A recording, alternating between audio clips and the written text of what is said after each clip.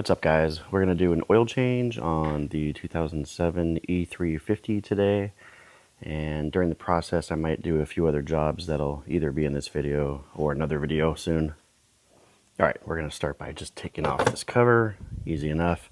This is what gives you access to the oil filter housing.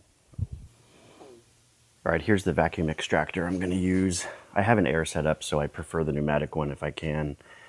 The instructions said don't go over 116 psi, so I just labeled it less than 100 psi. I don't want anything to break. The tube that comes with it is a little shorter, and then it has some extension tubes, so I'm gonna get those in there and we'll see how much comes out. I'm super curious because I'd way rather do this moving forward than have to undo all the underneath panels. That's what is a real pain on some of these European and just modern cars in general. All right, let's go to the air here.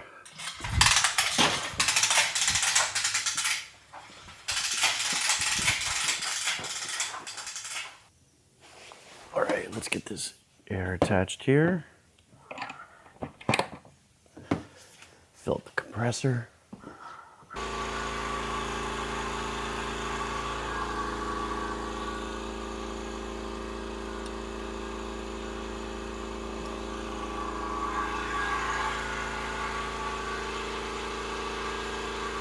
Got a quart low, so good we're changing it.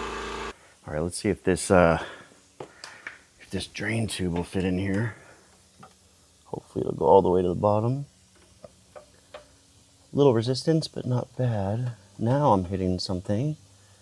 Let's see how far that was. It's about the length of the dipstick. Just making sure I'm not having to go around something.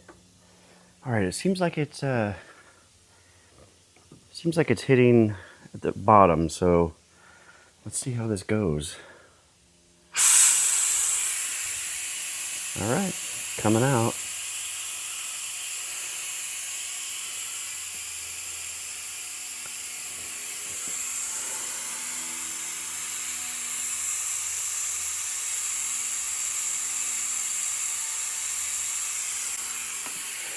No leak at the junction, which is good. It's a pretty big cavity for the dipstick, so hopefully this is a viable method here. All right, now that the compressor's stopped, I can talk a little bit. So it's hard to see, but let's see. It was just under, what was that, 6 1/4 liters. It works out to be like 6.8 quarts. Let's just call it close to 7 quarts, okay? The capacity's 8.5, but I'm also low. So what I'm gonna do is go underneath and drain it the traditional way and see how much is left, and then I'll figure out a percentage.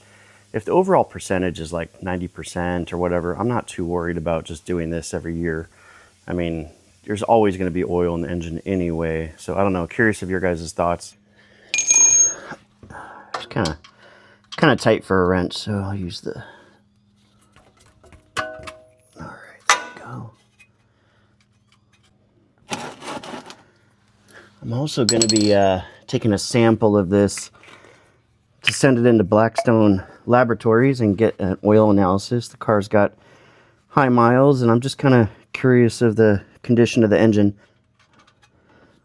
Yep, good. That is awesome because I wanted to see if I can get the majority of the oil out. I better take that sample now.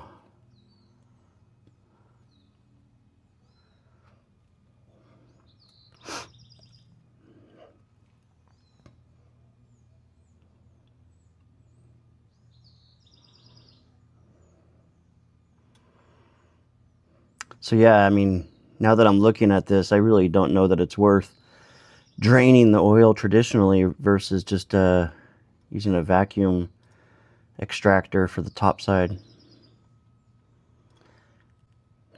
It's 8.5 quart fluid capacity, and I'm sure you don't always get all of it out anyway.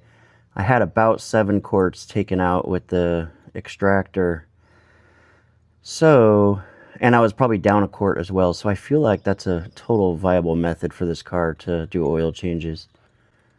It's not like the car's brand new anymore. I think just swapping out 90% of the oil and a filter is really just fine every year. All right, let's get this filter off and finish up this oil change.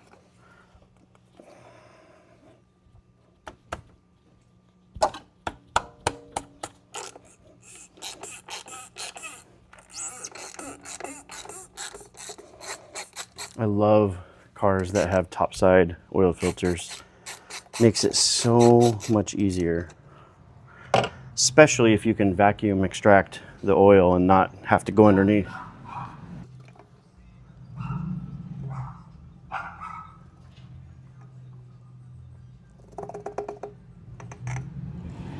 All right, let's get this filter swapped out here.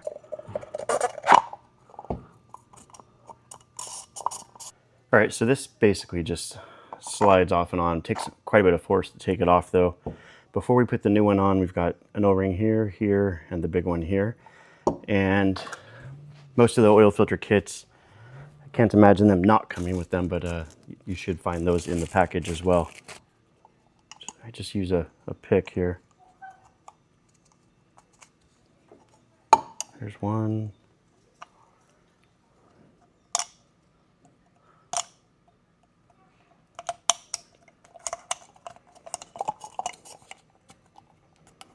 There's two. And then the big one here.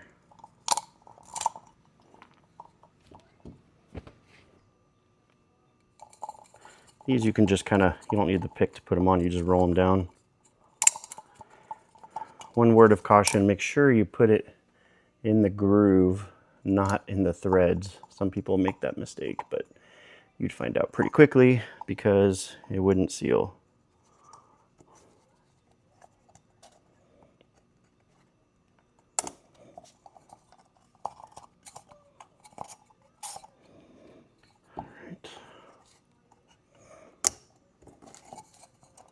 All right, so that's what it looks like. So in the grooves there and here as well. You can pop the new filter in like that. I'm just gonna take a little bit of the old oil just so it's not dry. All right.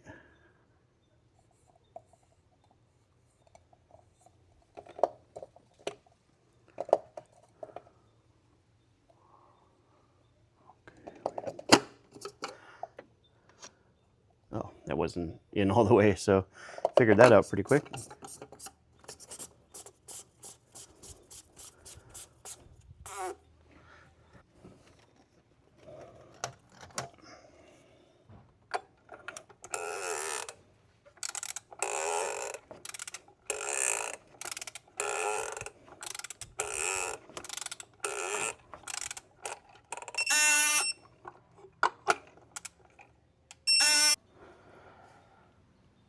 All right, got some Liquimoly 540. Start with this 5-gallon jug.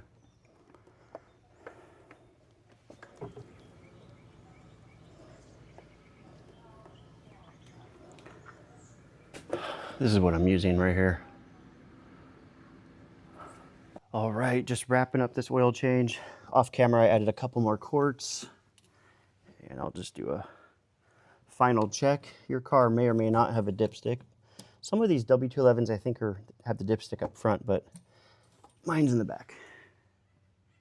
Yep, about a quarter of a quart below the line, and I'd like to keep it there and keep an eye on it for the next couple days, and I'll add more if necessary. Thanks for tuning in. Talk to you next time.